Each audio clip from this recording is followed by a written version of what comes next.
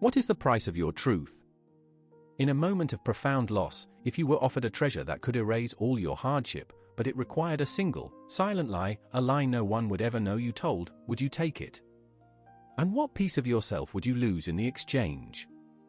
This is a story about two men, one river, and the immense weight of an honest heart.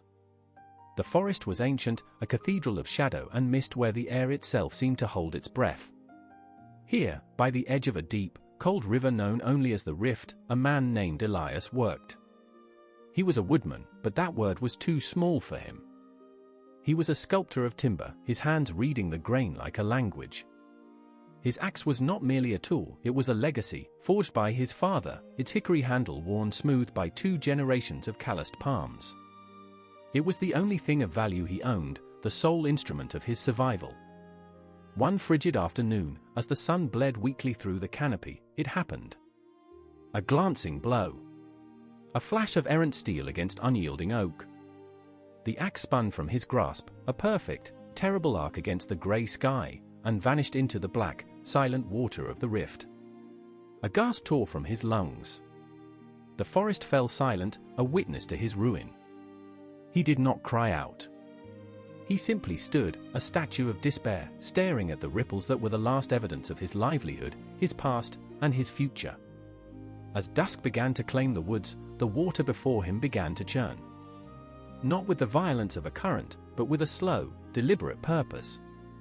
From the depths rose a figure, not of flesh, but of water and shadow and the cold light of sunken stars. Its voice was the sound of stones grinding in the abyss. "Your grief is loud in this quiet place," it resonated. "What have you lost?" Elias, trembling not with fear but with a sorrow so profound it had become calm, explained his loss. The being, a sovereign of the deep places, regarded him with eyes that held no warmth, only an unnerving clarity. It sank back into the rift without a sound. Moments later, it resurfaced. In its hand, it held an axe of pure, shimmering gold, dripping with river water that looked like liquid diamonds. The light it cast pushed back the gloom, painting the trees in opulent fire. "Is this what you seek?" the being asked. Elias looked at it. He saw an end to hunger, an escape from the biting wind, a life of ease he could barely imagine. His heart hammered against his ribs. The lie was a single word away. He could feel its shape on his tongue. But then he looked at the axe's perfect, unblemished form. It held no memory of his father's hands, no nicks from a lifetime of honest labor. It was a beautiful, hollow thing. "No," Elias whispered, the word costing him more than anything he had ever known. "That is not mine." The being sank and rose again, this time holding an axe of luminous silver, its edge humming with moonlight. "And this?" The temptation was less now, but still potent. A small fortune. A new beginning. Yet, it was still a stranger to his hands. "No," Elias said, his voice firmer. "That is not mine either." For a third and final time, the sovereign descended. When it emerged, it held his axe. The dark, weathered steel. The familiar weight. The worn hickory handle that felt like an extension of his own arm. A wave of relief so powerful it buckled his knees washed over him. "That," he breathed, tears finally tracking paths through the grime on his face. "That is my axe." The being of the rift held his gaze. "The water of this place does not lie, and it has found no lie in you." It extended all 3 axes to him. "Your heart is as true as your iron. Take them all.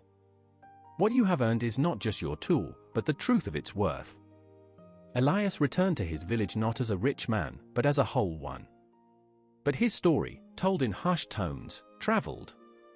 It reached the ears of Cale, a man who had long watched Elias's toil with a bitter envy. He saw only the reward, not the character that had earned it. The next day, Cale went to the rift. With a theatrical cry, he deliberately cast his own axe into the black water and began to wail. As before, the sovereign rose from the depths. It listened to Cale's feigned grief, its shadowy face unreadable.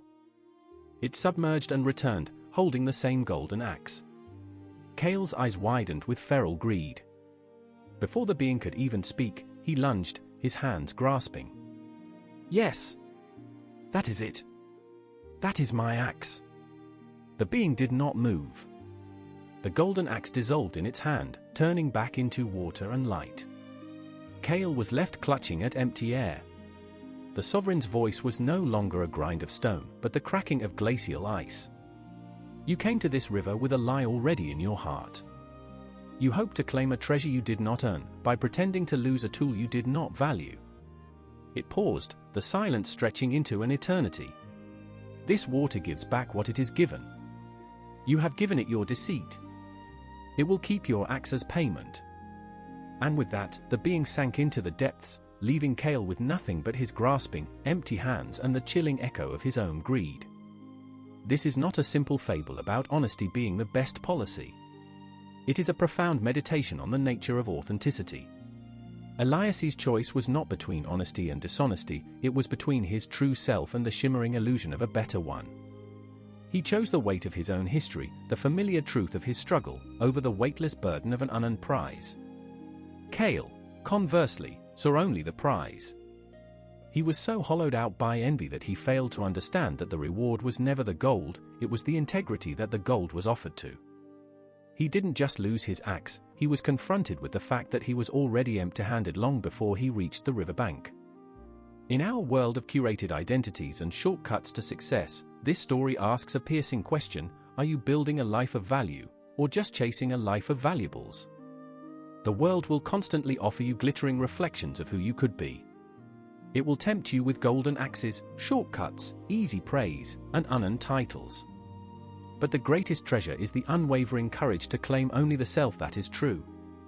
For in the end, we are not defined by what we acquire, but by what we refuse to sacrifice for it.